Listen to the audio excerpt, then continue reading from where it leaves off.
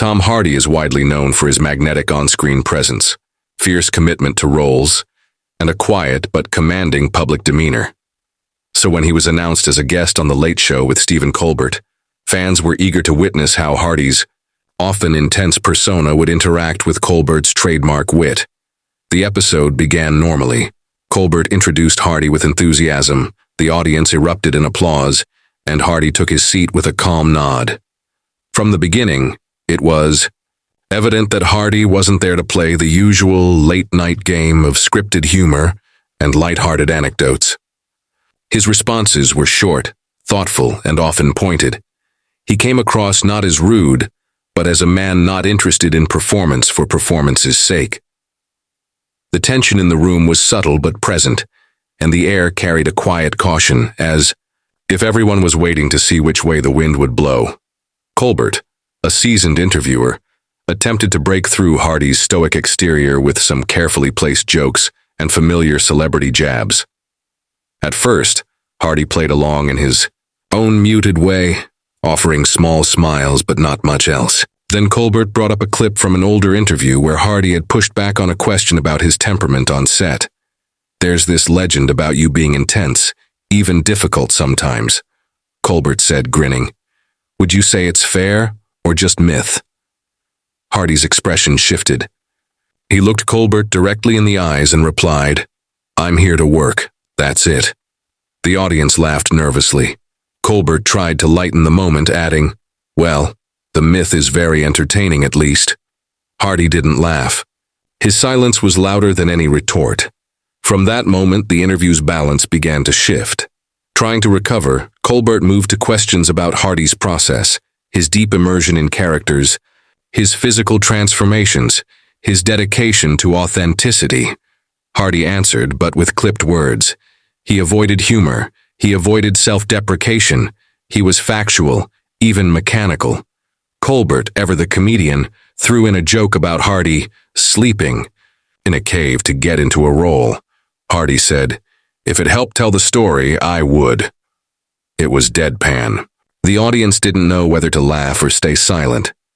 Hardy wasn't being rude. He was being honest. This was a man who didn't see an interview as entertainment, but as an extension of his integrity. And that truth was starting to make people uncomfortable, including the host. Then came the turning point. Colbert referenced a tabloid rumor about Hardy walking off set during a recent film shoot. "So, I heard there was a bit of drama behind the scenes, storming off the set. Maybe?" Colbert asked, half smiling. Hardy paused. "If I did, it would be for a reason," he said. "And I don't explain myself to rumors." Colbert laughed awkwardly, pressing again. "But you've got to admit, the stories add to your mystique." Hardy leaned forward slightly, voice calm but cold. "I don't need mystique, I need honesty." There was a beat of silence. The audience was now fully alert. No laughter, no applause. Just a palpable shift in energy that everyone in the room could feel. Colbert, now visibly trying to regain control, suggested they shift to a lighter topic, Hardy's love of dogs, his charity work, or perhaps the upcoming movie. Hardy nodded slightly but didn't relax. When Colbert joked, "You're like a British Rottweiler with a soft heart," Hardy replied, "I don't do soft." It wasn't a comeback, just a fact. The discomfort had reached its peak. Colbert offered one final attempt to break the tension, with a compliment. "Well, whatever you are, it keeps people watching." Hardy responded, "I'm not here to be watched. I'm here because someone asked me to be." The atmosphere was dense now. It wasn't hostility, it was principle, and Hardy had reached his line. What happened next unfolded quickly. Hardy looked toward the audience, then to Colbert, and said, "If this is the kind of talk you want, I'll leave you to it." Without waiting for a reply, he removed his microphone, stood up, and exited the stage. There was no yelling, no dramatic gestures, just a silent, powerful refusal to continue. The camera panned quickly to Colbert, who sat stunned. The audience was caught between gasps and stunned applause. Within seconds, the show cut to an unscheduled commercial break. When it returned, Colbert offered a half-hearted explanation. "Well, that was unexpected. Let's move on." But nothing about the moment could be moved on from so easily. By the time the episode finished airing, social media had already exploded with clips, memes, debates, and polarized opinions. Some viewers applauded Hardy for standing up against invasive questioning and tabloid baiting. Others accused him of overreacting to a joke. Within hours, news outlets picked up the story, amplifying the moment into headlines like "Hardy walks," "Off Late Show set," and "Colbert caught off guard by fiery guest." Reactions flooded in from celebrities, fans, and media critics. Some praised Hardy for drawing a firm boundary, while others felt Colbert was merely doing his job. The situation wasn't black and white. It was layered, emotional, and deeply human. In the days that followed, Hardy remained silent. He canceled a few other press appearances but made no formal statement. His publicist released a short note, emphasizing Hardy's commitment to respectful and professional conversations. Colbert's team, on the other hand, released a carefully worded message that acknowledged the incident but didn't apologize.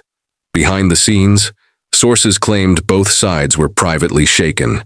Hardy's departure had exposed a crack in the traditional talk show dynamic, a format that often sacrifices authenticity for entertainment.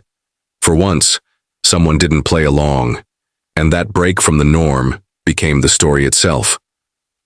Interestingly, the incident didn't harm Hardy's reputation. In fact, it seemed to elevate it.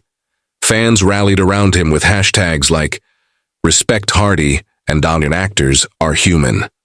Mental health advocates pointed to the moment as a necessary reminder that boundaries should exist, even for celebrities.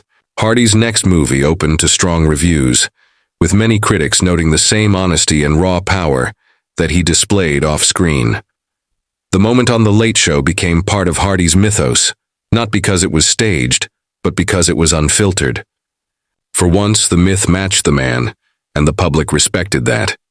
Meanwhile, Colbert adapted. Subtle changes appeared in his tone and approach in future interviews. He allowed guests more space, asked for permission before delving into sensitive topics, and even referenced learning moments in interviews without naming Hardy directly. It was clear that the incident had left a mark, not just on Colbert, but on the industry itself. Other hosts followed suit. Conversations became more grounded, more considerate. Humor remained, but it was tempered with an awareness that not every guest is there to play. Hardy had shifted the culture, even if unintentionally. Months later, in a rare interview for a European film festival, Hardy addressed the incident with brevity and clarity. "Respect is non-negotiable," he said. "If you want real conversation, treat people like they matter."